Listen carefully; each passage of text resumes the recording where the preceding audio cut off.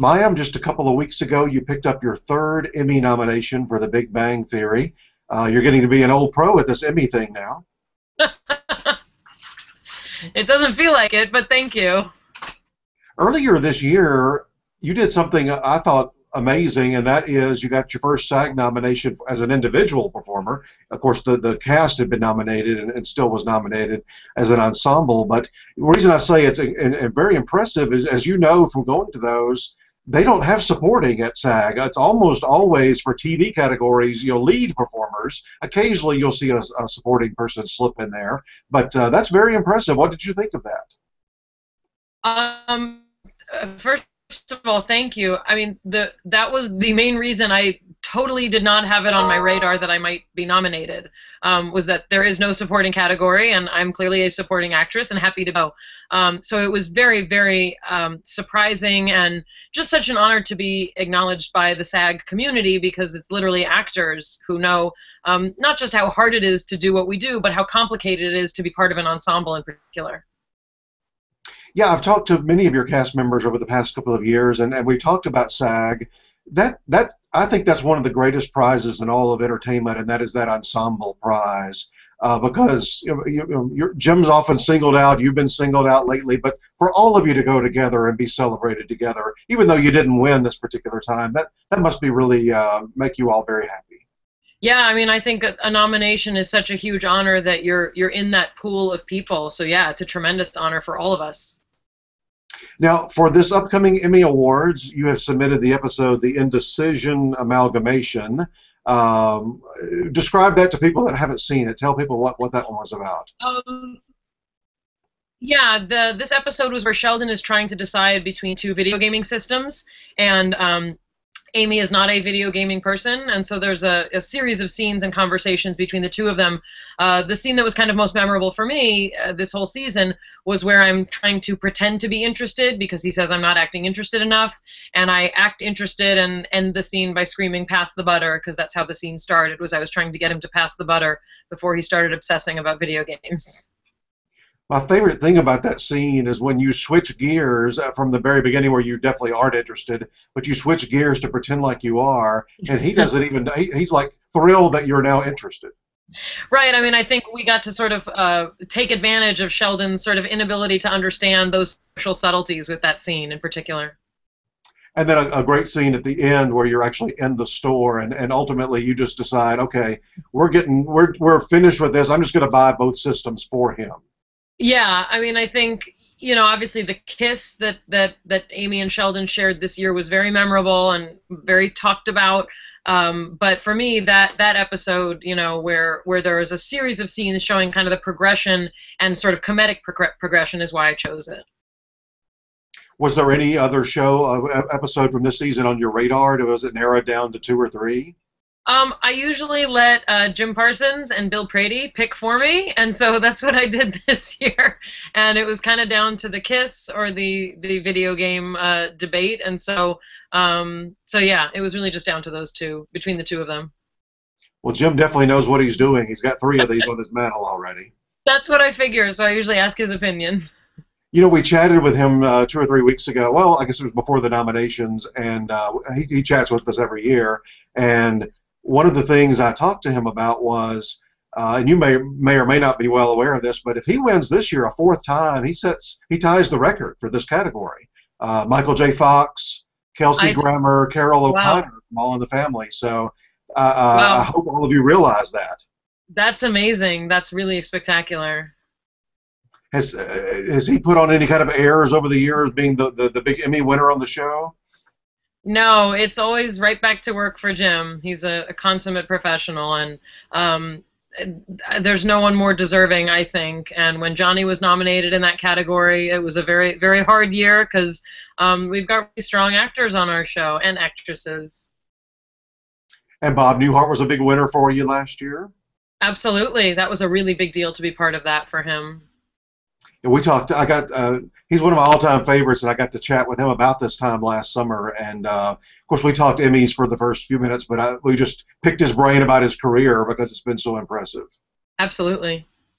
Now, you mentioned the train episode from earlier in the season. Tell me about just getting that script and what that meant for the dynamics on the show. It meant a lot. I think it means a lot on sort of two levels. It means a lot for the characters to be moving to that place after so many years, and especially the way that our writers chose to do it, I think was really elegant and really touching and beautiful. But it also means a lot for the actors, for me and Jim to get to the place in our acting process where we're ready for that and where our characters are ready for that. And that's a very intimate moment. It's an intimate moment for our characters, but it's also very intimate for the actors that portray them. So it was a really special week.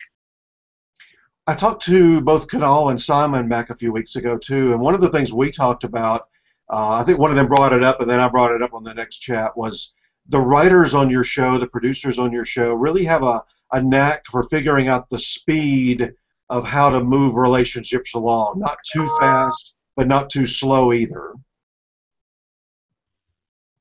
I think that, Chuck Lorre has joked that, watching our show is like watching paint dry.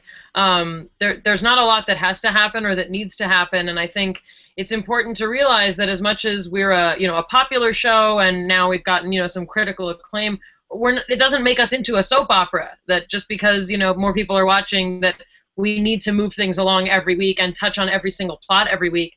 And I think that's a really elegant way that Chuck and Steve Milaro and Bill Prady handle our show, and the way all of our writers handle it. We don't need to continue every single plot every week. We're allowed to drag things out and let things progress, often the way relationships do. Well, and not doing the same thing over and over, at least all the time. I'm thinking back to like the scavenger hunt episode, where all of you are combined together in different combinations than we normally see you.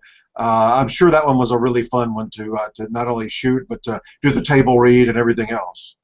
Yeah, I mean, I had been begging both publicly and privately to have scenes with Simon Helberg, who is an incredible comedian, and I just respect him and learn from him so much. And I feel like I learned more in that week working with Simon that closely than I have in years. He's so amazing, and I loved how much our writers were willing to mix it up with that episode. It was very unusual, and we just loved it. I want to ask you just a couple of technical questions, because the show is so popular. I don't know if people understand, and I don't particularly on your show understand. I want to talk about the dynamics of, well, first of all, when do you go back to shoot a new season? What time of the year? Now-ish. The end of summer comes beginning of August for us. So yeah, we go back soon. I think several of the drama series, to give you perspective, I was setting up a chat with somebody for this Friday, and they were already in production. So you do have a little bit longer off than they do. Yeah, I guess so. And then talk to me about just a typical week. When do you get a script for a new episode? We get scripts the night before we start working on them. So we work a 5-day week that starts on a Wednesday. So we get the script Tuesday night, late Tuesday night, usually while we're filming the previous week's episode. We read through it for the writers on our first day of the week, which is Wednesday, do a little bit of rehearsal, but then it's rewritten Wednesday night. We rehearse Thursday, it's rewritten Thursday night, we rehearse Friday, then we have over the weekend for the writers to rewrite things. And then we film kind of unusual or difficult scenes Monday, and Tuesday is when we do the bulk of our show in front of a live audience. Okay. And what amount of change would you say on a given week occurs because of the audience and their reactions? Enough that it really matters that we film in front of a live audience. Chuck Lorre is arguably the most successful man currently in television, I would say.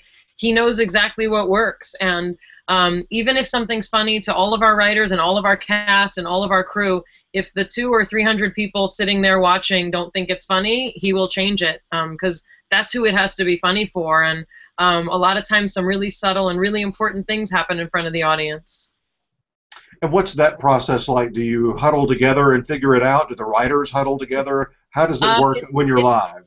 Yeah, it's all the writers figuring it out, and the actors get to talk and laugh and joke and take breathers in between. So, for people who come and see our show filmed live, they get to see a lot of social interaction, because a lot of times our writers will sit on something. Sometimes we'll have a half-hour break just waiting for them to rewrite something.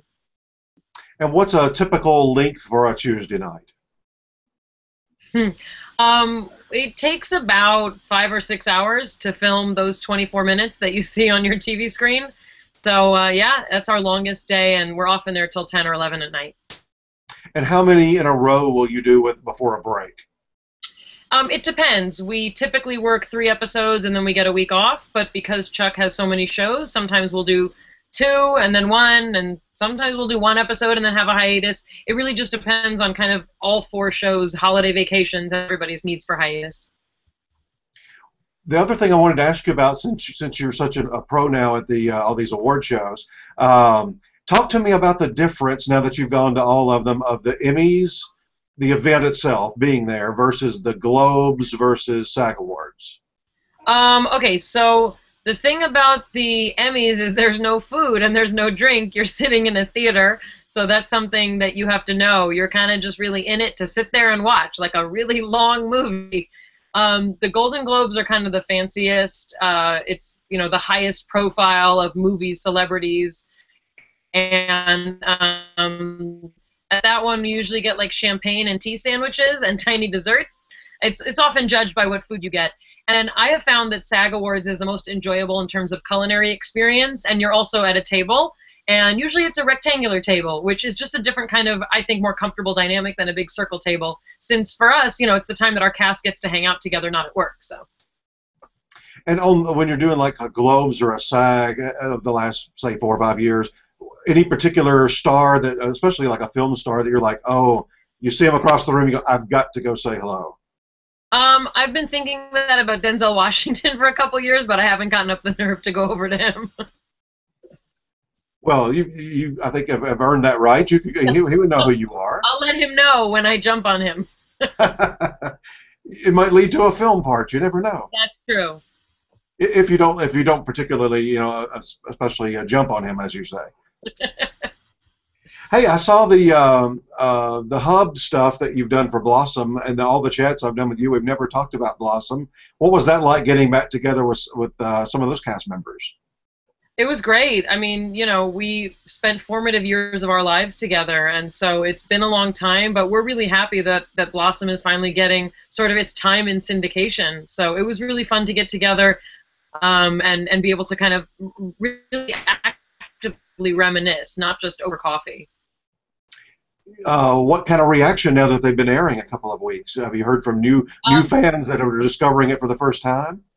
I know my parents are really excited, and my mother informed me they are watching every single episode and experiencing it all again for the first time. I'm hearing a lot of people really enjoying it from a nostalgia perspective, but I'm hoping that some of the larger audience that wasn't alive when it came out the first time is also enjoying it.